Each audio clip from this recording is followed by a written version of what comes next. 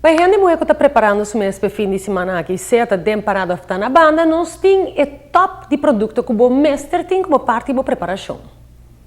O produto número 1 que não passa falta de dia para mim que você sai para carnaval e fim de semana aqui está o sunblock. E para trocar diferentes sunblock, você tem uma conclusão. O pedir não queda grasoso, não queda pega e da laga boquima, francamente. Um produto que seguro te garantiza totalmente o contrário, questão de nitrogênio.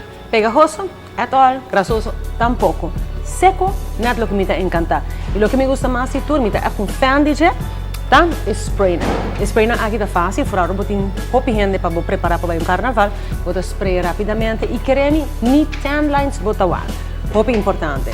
E muito que normalmente te queima, não te queima se buscou um produto aqui. E não tinhas mais especial para muita. Wet skin aqui não.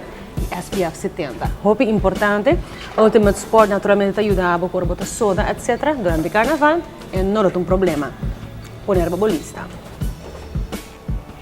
E sim, para mim que você ali te cansa, agora monta hopi ora bota baita riba caia. O breath é hopi importante. E verdade, ora bebe come de maneira não que bom mês vai refrescar bom mês com alternativa, pero o mês se começa fresco e não caminha com a mim te sugerir Listerine.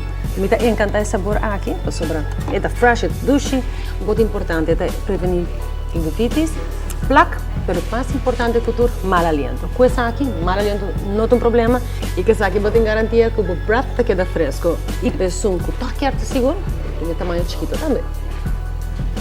E prometo que você ali a fim de semana aqui passa Ladies Choice para o Foot Petals. Piste sapato não de mais bonita está totalmente factível com o Foot Petals. Traga o produto porão na merca e Foot Petals aqui te brinca umidade, bactéria e mal olor. Foot Petals é solução sem importar o tipo de sapato, evitando dobrar e oferecendo comodidade optimal, do seu sistema de shock absorbance. Belleza.